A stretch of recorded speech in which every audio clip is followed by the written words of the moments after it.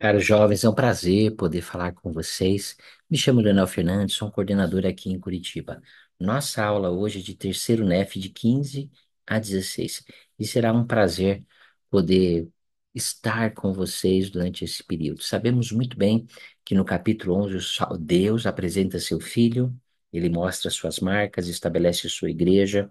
No capítulo 12 ele começa com as bem-aventuranças. No capítulo 15, podemos conhecer o grande amor do Salvador pela humanidade, por suas ovelhas, que sou eu e você. Ele nos ama profundamente e ele vai fazer tudo para nos salvar. Tudo, qualquer coisa. Ele só não vai mexer no nosso arbítrio. O resto, ele vai fazer tudo, porque ele nos ama profundamente, com um amor perfeito, um amor que nós não conhecemos ainda. Nosso amor, como somos imperfeitos, nosso amor é imperfeito, né? Mas Deus nos ama profundamente e Cristo também. E Ele vai poder nos ajudar a compreender mais sobre isso nessa aula, sobre o seu grande amor por toda a humanidade, ok? Então, o que eu gostaria que você pudesse fazer, nós vamos ler algumas escrituras e já vai a primeira pergunta agora. A primeira pergunta é: o que você aprende sobre o Salvador por meio destas escrituras?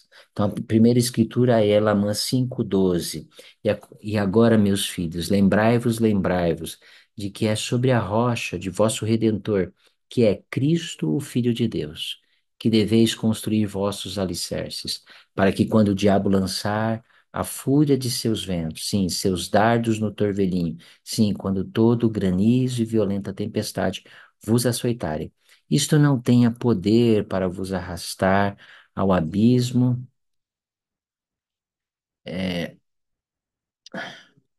ao abismo da miséria e angústia sem fim, por causa da rocha sobre a qual estáis edificados, que é um alicerce seguro, e se os homens edificarem sobre esse alicerce, não cairão. O que aprendemos sobre Cristo ao ler este versículo? Ao ler terceiro Nef 11:11, o que que você aprende sobre Cristo? Eis que eu sou a luz e a vida do mundo. Eu bebi da taça amarga que o Pai me deu e glorifiquei o seu nome, tomando sobre mim os pecados do mundo, no que submeti à vontade do Pai em todas as coisas desde o princípio.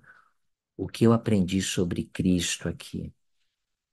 Eu aprendi, olha só o que eu aprendi agora ao ler, tá? Mesmo tomando a taça amarga, por meio de todos os desafios e provações, ele glorificava a Deus. Pense nisso. A última escritura que eu gostaria de compartilhar com vocês, tá? Peguem essas três escrituras e o que vocês aprenderam sobre Deus, sobre Jesus Cristo. Jacó aqui, ele cita a alegoria de Zenos, tá? Então, Zenos, ele nos compara toda a casa de Israel a uma oliveira, tá? E ele diz o seguinte: e aconteceu que o dono da vinha viu que a sua oliveira começava a definhar. E ele disse: podá-la-ei e cavarei ao seu redor, e cuidarei dela, para que talvez brotem novos e tenros ramos e não morra. Todos nós precisamos da ajuda do Salvador. Algumas vezes o Salvador, com certeza, ele vai cuidar de nós, tá? Para que nós não definhamos, para que a nossa fé não definha. E existem várias ações que o Salvador faz. Ele arranca os ramos bravos, tá? Ele conserva o fruto, tá? Ele lança no fogo aquilo que não presta. Ele age prontamente. Ele sente quando tem que perder uma árvore. Ele quer conservar as raízes de todas as árvores. Ele vigia, cuida. Então pensem só, o que você aprende sobre o Salvador? Gostaria de convidar você a ler o capítulo 5 de Jacó. Apesar dele ser extenso, é um capítulo maravilhoso que ensina sobre o amor de Deus por meio de seu filho. Olha o que ele diz: e o senhor da vinha disse-lhe: ide trabalhar na vinha com todo afinco, pois eis que esta é a última vez que trato da minha vinha, porque o fim está próximo e o tempo rapidamente se aproxima. E se trabalhardes comigo com afinco, tereis alegria no fruto que guardarei para mim, para o tempo que logo virá. E aconteceu que os servos foram e trabalharam com afinco, e o Senhor da vinha trabalhou com eles. E obedeceram aos mandamentos do Senhor da vinha em todas as coisas, e a vinha voltou a produzir o fruto natural. E os ramos começaram a crescer e a se desenvolver muito. E os ramos bravos, aquilo que era ruim entre nós, começou a ser arrancado e lançado fora, e conservaram igualmente a força e a raiz e a copa da árvore. E trabalharam com diligência, com toda a diligência, segundo os mandamentos do Salvador da vinha. Então pense nisso. Ao estudar esses versículos, o que vocês aprenderam sobre o Salvador? Segunda pergunta: como algumas vezes nós podemos nos tornar uma ovelha sem pastor? Gostaria de ler algumas escrituras e que vocês pudessem, ao ler essas escrituras, pensar sobre isso, tá? Então, aqui a gente está no capítulo 15 de Terceiro Nef. E o Salvador, a partir do capítulo 17, ele começa a falar que que tenho outras ovelhas que não são deste aprisco. Também devo conduzir estas, e elas ouvirão minha voz, haverá um rebanho ao pastor. E agora, por causa da obstinação e da incredulidade, não pensem nisso. A pergunta é como nós, algumas vezes, podemos nos tornar uma ovelha sem pastor. Não compreenderam minha palavra. Portanto, o Pai me ordenou que nada mais lhe dissesse a respeito. Mas em verdade vos digo que o Pai me ordenou, e eu vos digo que fostes separados deles em virtude da iniquidade deles. Portanto, é por causa da iniquidade que eles não sabem de vós. E em verdade vos digo outra vez que outras tribos foram deles separadas pelo Pai, e é por causa de sua iniquidade e delas nada sabem. Em verdade vos digo que sois aqueles de quem falei. Também tenho outras ovelhas que não são deste aprisco. Também devo conduzir estas, e elas ouvirão a minha voz, e haverá um rebanho ao pastor. E não compreenderam, porque pensaram que eu me referia aos gentios, porque não compreenderam que os gentios seriam convertidos por meio da pregação e não compreenderam quando eu disse que elas ouviriam a minha voz, nem compreenderam quando disse que os gentios jamais ouviriam a minha voz, e que a eles não me manifestaria, a não ser pelo Espírito Santo. Mas eis que vós ouviste minha voz, e me vistes, e sois minhas ovelhas, e sois contados com o Pai que me deu. Apesar dessa escritura falar de bastantes coisas, a minha pergunta é: como algumas vezes nós podemos nos tornar uma ovelha sem pastor, ok? Tem diversas coisas que ensinam aqui que nós podemos nos tornar uma dessas ovelhas que devemos ser do bom pastor. Fomos pré-ordenados a ser do bom pastor. Viemos aqui nesta terra para ter experiências que nos ligam ao bom pastor, mas mesmo assim tomamos a decisão de ser uma ovelha sem um rebanho, uma ovelha sem o pastor. Na antiguidade, o Senhor colocava as ovelhas no aprisco. Era desta maneira, um lugar de segurança. Atualmente, a igreja é este lugar de segurança também que podemos ter. Os ensinamentos, a conferência geral e tantas outras coisas nos fornecem instrução detalhada de como podemos sentir o amor do Salvador, nos sentir seguros em sua igreja, ok? Então, o que nós gostaríamos de ver agora é sobre estas ovelhas. Olha só o grande amor do Salvador. Vamos ler algumas escrituras. Eis que eu sou o bom pastor e conheço as minhas ovelhas, e das minhas sou conhecido. Então pensem só nesse primeiro versículo. O Senhor nos conhece, tá? E aqueles que são as verdadeiras ovelhas também conhecem o Salvador. O quanto eu busco conhecer o Salvador. Assim como o Pai me conhece a mim, também eu conheço o Pai e dou minha vida pelas ovelhas. Ainda tem outras ovelhas que não são deste aprisco. Também me convém conduzir estas, elas ouvirão minha voz, haverá um rebanho, pastor. O Senhor está cheio de ovelhas que ainda não ouviram sua voz. Ele precisa conduzir elas em segurança de volta à presença do nosso Pai Celestial. Pense nessa outra escritura.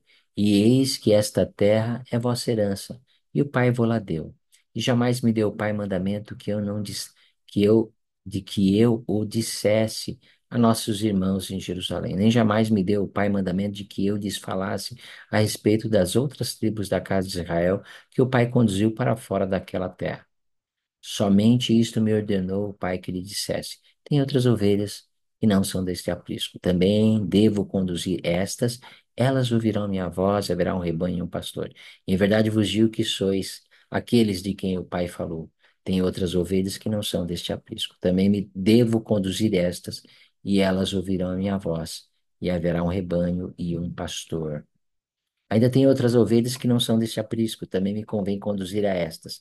E basicamente muitas escrituras falam a respeito disso, ok? Então pensem só na nossa responsabilidade de ajudar nosso Pai Celestial e seu Filho Jesus Cristo.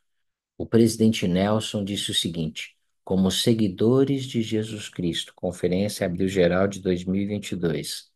Conferência Geral, abril de 2022. Como seguidores de Jesus Cristo, suplicamos aos líderes dessas nações que encontrem soluções pacíficas para as suas diferenças. Convidamos as pessoas ao redor do mundo a orar. Perdão, perdão, perdão.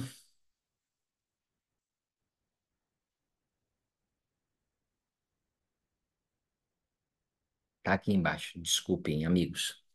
Temos a sagrada responsabilidade de compartilhar o poder e a paz de Jesus Cristo com todos os que estiverem dispostos a ouvir e a permitirem que Deus prevaleça. Toda pessoa que fez convênio com Deus prometeu se importar com o seu próximo e servir aos que sofrem. Podemos demonstrar fé em Deus e estar sempre preparados para responder aqueles que perguntam sobre a razão de nossa esperança. Cada um de nós tem um papel fundamental na coligação de Israel. Mães, pais, filhos, jovens do seminário, todo mundo, tá bom?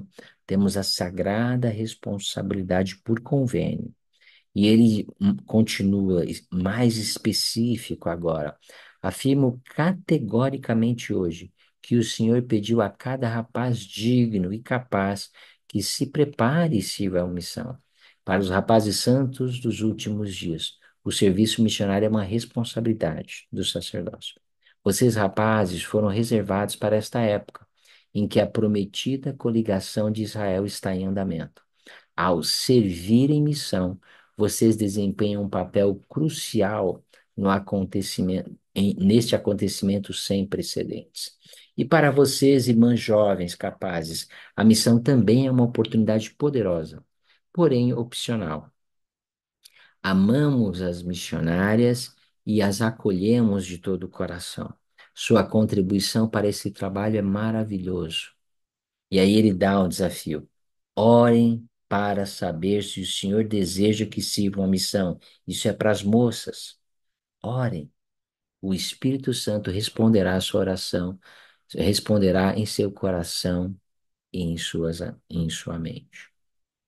Queridos jovens, agora fala para rapazes e moças, cada um de vocês é vital para o Senhor. Ele reservou até agora para ajudarem a coligar Israel. E é assim que o Senhor vai fazer a reunião dos quatro cantos com cada um de vocês. Rapazes, essa é uma obrigação do sacerdócio. Moças, orem a Deus. E se for para você servir uma missão, Ele vai responder em seu coração. E você fará uma contribuição grandiosa para o reino de Deus. Abençoará a vida de muitas pessoas por meio de sua fé, de sua diligência, de seu testemunho e de pregar com poder a palavra de Deus. Que grande bênção é a maneira como o Senhor cuida, como o Senhor abençoa e como o Senhor faz com que Israel prossiga. Tá, aqui sou eu e sou você. Então, a última pergunta é essa, e nós vamos ler outras escrituras também para que você possa responder essa pergunta. Essa é a terceira pergunta. De quais perigos modernos Jesus nos protege em seu aprisco? Pensem nisso. De quais problemas, né? Então vamos ler aqui em 2 Nef 22. E ele reúne seus filhos dos quatro cantos da terra. Ele conta as suas ovelhas, e elas conhecem-no, e haverá um rebanho e um pastor, e alimentará suas ovelhas, e neles serão apacentadas. Mas eis que todas as nações, tribos, línguas e povos habitarão em segurança no Santo de Israel, caso se arrependam. Então pensa só, como o Senhor nos protege de dos perigos de hoje. Ele diz que ele está disposto olha, ele vai reunir, os missionários estão aí. Desafiamos agora há pouco cada rapaz e cada moça, tá? A servir uma missão de tempo integral. Ele conhece, ele diz que vai alimentar e ele vai apacentar, ok? Existe algo que cada um de nós precisa fazer para que possa receber essa proteção. Todos nós somos convidados a mudar constantemente. O arrependimento, ele é necessário para que a gente possa fazer essa mudança constante. Então me lembrarei do convênio que fiz com meu povo, a casa de Israel, e levar-lhe-ei o meu evangelho. E mostrarei à casa de Israel que os gentios não terão poder sobre ti. Lembrar-me-ei, porém, do convênio contigo, ó casa de Israel, e terás conhecimento da plenitude de meu evangelho. Mas se os gentios se arrependerem, voltarem a mim, diz o Pai, eis que serão contados com os de meu povo, ó casa de Israel. Todos os desafios que o mundo enfrenta hoje, podemos ser protegidos, alimentados, socorridos pelo bom pastor. Ele é o meu bom pastor, ele é o seu bom pastor. Que todos nós possamos confiar no único meio, no único caminho seguro pelo qual podemos voltar à sua presença. Além de todos os dons, atributos e características que o Mestre tem, ele é o único bom pastor. O bom pastor dá a vida pelas ovelhas. Aprendemos nesse capítulo como ele vai reunir todas as suas ovelhas, e não há ovelha que ele não irá reunir. Todos terão a oportunidade de saber e ouvir o Evangelho restaurado e tomar a decisão de ambos os lados do véu, de aceitar Cristo e seu Evangelho. Eu amo meu Salvador. Eu sou grato por sua vida, por seus ensinamentos. Eu sou grato por ele ser incansável em buscar me socorrer, não somente a mim, mas a todos aqueles que se arrependerem, todos aqueles que estejam dispostos a ouvir sua voz. Não estamos falando de perfeição, estamos falando de buscar o Salvador. Que Deus possa abençoá-los e protegê-los, a ouvir a voz, a buscar conhecer melhor a voz e a saber que Ele está disposto a fazer qualquer coisa, menos mexer no nosso arbítrio. Somos nós que vamos escolher se vamos seguir Ele ou não. No sagrado nome do Salvador Jesus Cristo. Amém.